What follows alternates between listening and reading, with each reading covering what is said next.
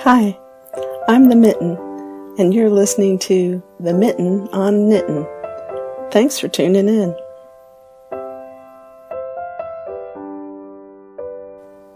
Welcome to episode 9 of the Mitten on Knittin. There's 127 days until Rhinebeck, so let's see what I've been up to.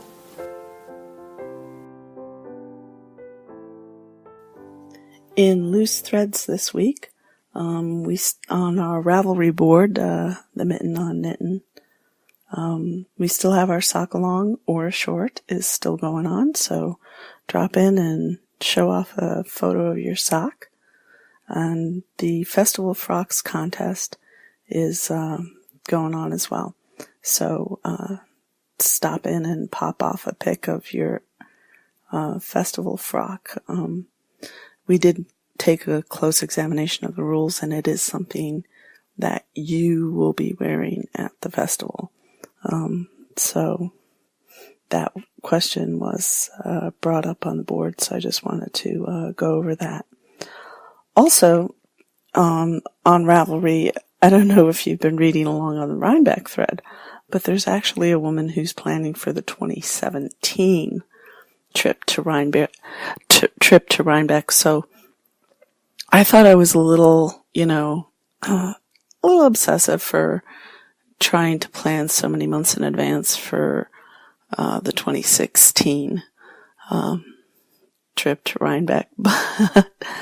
But I felt much better when I saw that there was somebody actually planning for 2017. Now, mind you, they're coming from a little bit further away than I am.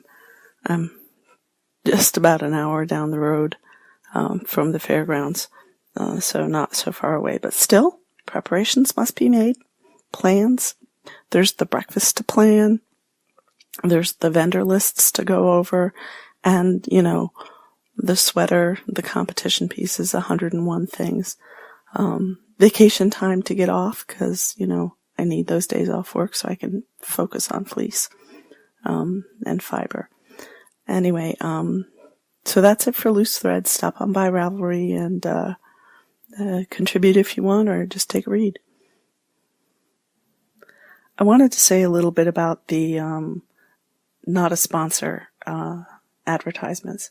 These are not paid spots by sponsors. They're just companies that I like and try and make up a silly little advertisement for them about where they're going to be or what product they have. And that's all it is. It's not like they're sending me money to promote a product. Last week there was no advertisement because of my major dough. This segment ran so long. I really try and keep each section down to 2 minutes, but the dough section last week, due to my total inability to keep the same gauge, ran over 10 minutes. So that's why there was no fake advertisement.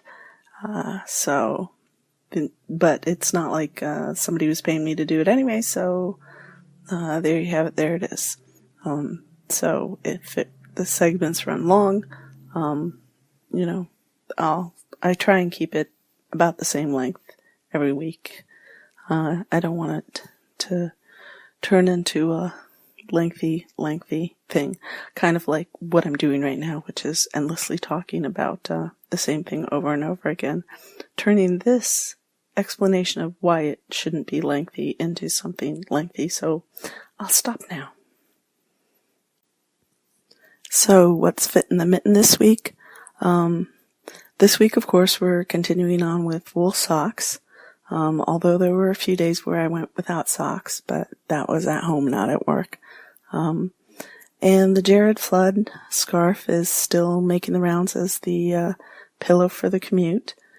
And I did manage to wear my sweater into the office one day this week, but I also brought in my Celeste, so I would have just a little shawl to wear, because the air conditioning does get particularly cold in the afternoon. I think they turn it up because the sun comes up. We've got a lot of windows. It's one of those open space, natural light concepts that they did.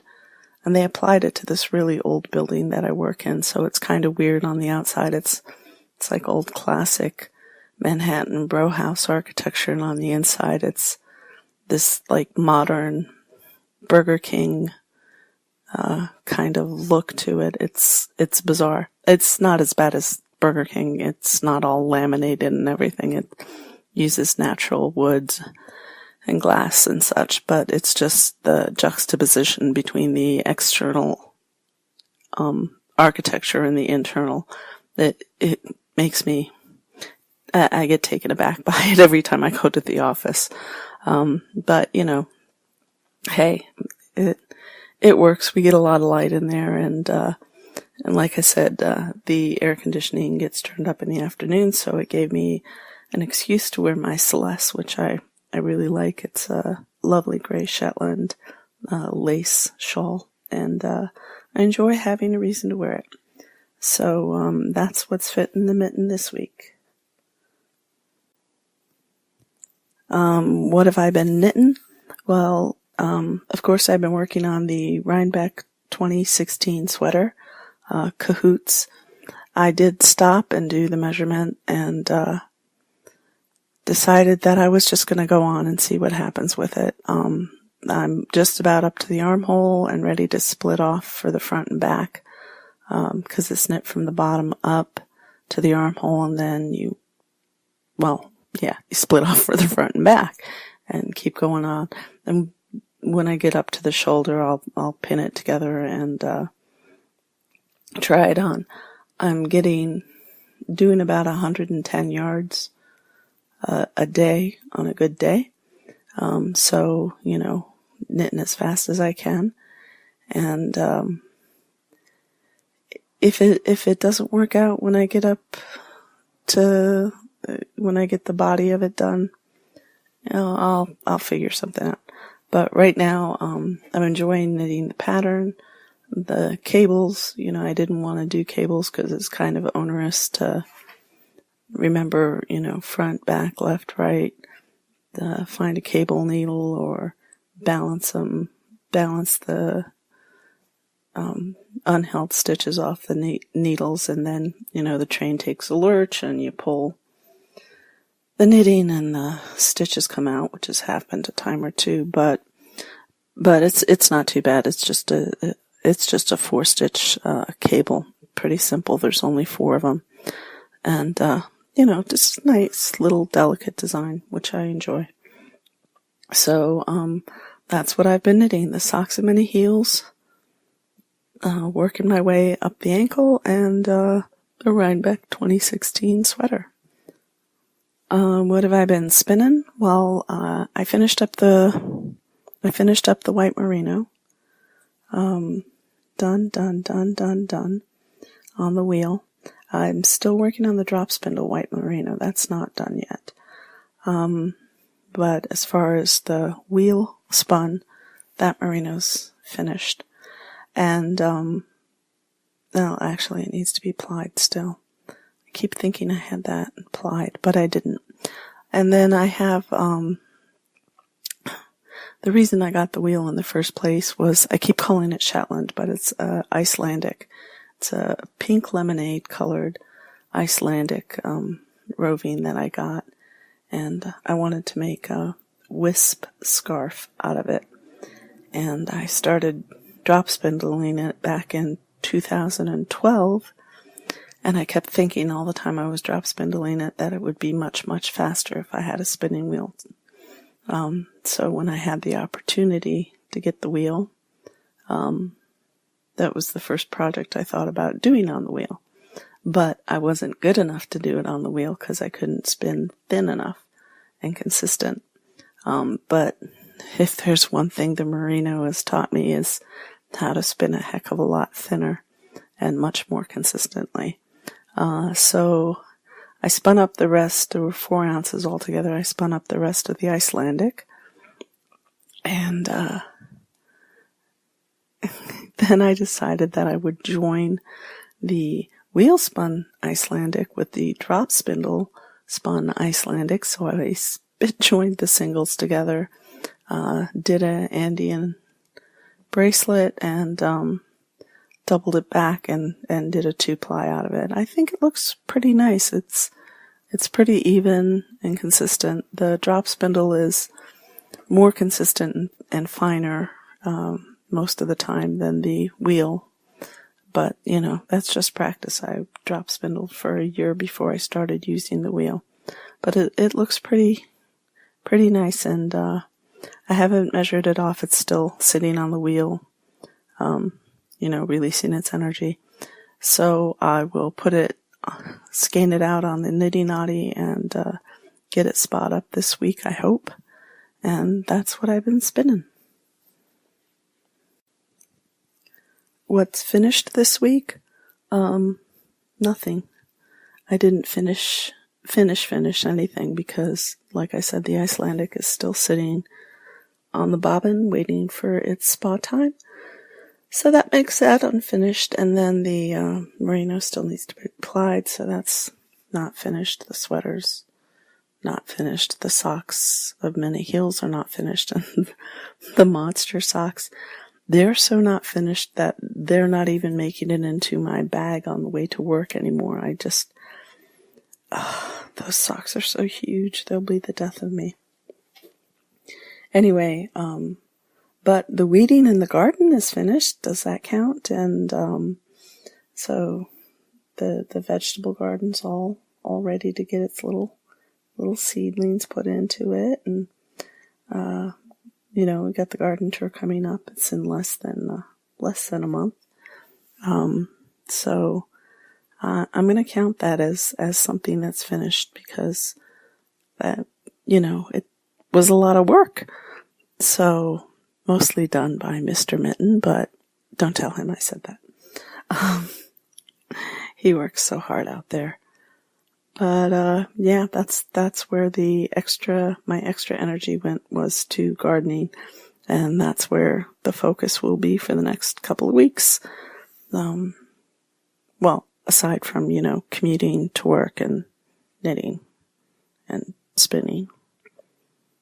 Okay. And now a word not from a sponsor. The Hudson Valley Sheep and Wool Company raises Shetland and Icelandic sheep, and right on the farm they have their own mill where all of the fleece are processed. Stop on by, say hey to Mary, Jamie, or Mickey, and don't forget to say hi to the dogs as well. Last Sunday of the month is a sit and spin, so stop on by for some tea, bring your spinning wheel, and have a great time. Hudson Valley Sheep and Wool Company. We'll see them at Rhinebeck.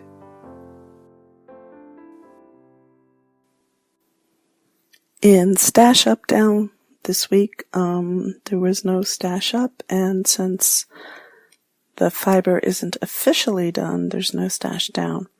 There were a few close calls where I almost stashed up. But then I was thinking about all the stuff I still have to do and the projects that I still have planned. I have the gradient spin for socks. I have the rest of the hip strings beacon buoy to spin up, and that's just what's sitting out. There's still the Rambouillet, which I could spin and do something with for competitions if I wanted to do that for Rhinebeck. So still plenty of things in the bin that have a bit of priority, but some of the fibers that they had this week, Homestead Hobbyist had an update, and he uses like black natural wool and alpaca and silk, and then he shoots it through with like bright blues or greens or reds, and it's just so pretty. And he came out with an update. Inglenook came out with an update this week, and their colors are always so nice and lovely. And then I was, of course, surfing around Etsy and So many pretty, pretty fibers. But I kept my wallet firmly closed. Oh, I did get one thing. I got a bottle of citric acid powder, which should be coming in the mail by Saturday. And that's for setting dye colors, because I'm getting a little tired of when I go to give any color, any fiber that has reds in it, its little spa bath, the colors bleed out. And it's not a lot. I mean, it's nothing that changes the color of the fiber. It makes the water change colors. But when I do that gradient sock yarn spin, since it's got the cream to burgundy, I don't want to take the chance of getting any of the burgundy tones into the creams. I want that to be a nice crisp cream color at the end of the gradient. So the citric acid will take care of that. Just put I think it's a teaspoon you put into the water, and you let it soak there for a bit, and locks the color right in without the nasty vinegar smell. So that's what's up in Stash Up and Down. In Where I Want to Be this week, well, I know I talked about possibly going on a Alaskan spinning cruise last week, but I think I'll be skipping that. This week, actually, I just want to be home. I just want to be home and play with the fiber that I have. I'll be going to work, but I'd rather just be home and just have a nice, quiet, peaceful week. I could really, really use that. Just not too hot outside, just good weather and peace and quiet on the home front and on the work front, and that would make me a very happy camper. So that's where I want to be. We'll see how that goes. In Grabby Paws this week, I'm still looking for Christmas sock yarn. I want the perfect Christmas sock yarn that I can ditch the sock of many heels and the monster socks and make myself just a cute little pair of Christmas socks, which I'll try really hard not to do, but that's what I keep looking for every time I have a spare minute or two where I can just sit there and surf the web. I find myself drifting to find the ultimate Christmas sock yarn, and so far I haven't found it. I've been looking and looking, and I find things that come close, but they'll put in like 2 or 3 greens, from like a lime green to almost pine, and that kind of ruins it for me. Or they'll put in a pink with the red, and that kind of ruins it for me. I don't know if I want a little sparkle in there. If I want a little sparkle, what kind of sparkle do I want it to be? What fiber do I want that to be? So decisions, but I haven't found the perfect one where I click on it and say, Christmas. And that's what I want. I want the perfect Christmas sock yarn. It's a dream. It could happen. You never know. So that's what's up for Grabby Paws. In Dough this week, I am very happy to report that there have been no major incidents with anything. The sock of many heels it's just going along. Knit, knit, knit, knit, knit. Switch sides. Knit, knit, knit, knit, knit. And the Cahoots sweater, there have been a few knits that should have been pearls and pearls that should have been knits, which were easily fixed on the next row. And, twisted the cable the wrong way a few times. No problem. Drop down 4, fix it, and ladder back up. So, but nothing like last week. So, hopefully, no, I'm not even going to say it. I'll think it. but I'm not even going to say it. So I'm just going to say there have been no major huge ripbacks this week so far. So that's it. And where I'll be this week, I'm actually going to a lumberjack festival exhibition. I believe it's Friday night. On Fridays we get off work early, which is very cool. So, Mr. Mitten and I will be going to a lumberjack festival exhibition.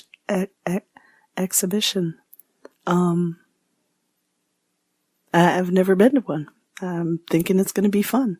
I'll be sure to bring my earplugs, and probably not knitting, because if there's sawdust flying around, that's the last thing I want in my fiber. But yeah, that's where I'll be. Hope you can make it, eh? I don't know. It sounds like fun. In questions for the Mitten this week, we have a question from Kath, and she asks, "Are you sure today is Tuesday?" She believes it's Monday, but if it is Tuesday, what happened to Monday? Well, Kath, Monday was a national holiday, and that's why Monday is not Tuesday is not Monday, and Monday is not Tuesday. Tuesday is Tuesday, and Monday was a holiday. So, that's what happened to Tuesday. And her other question is, why does she ask such great questions? So, Kath, I'm not sure why you ask such great questions. I just appreciate the questions that you do ask. They make me laugh, and sometimes they even make me think a little bit before I respond. So I appreciate them all. Thank you so much, for being there to ask questions and putting a smile on my face. Alrighty. Thanks for joining us this week. We hope you enjoyed the show, and we'll talk to you next week. Bye.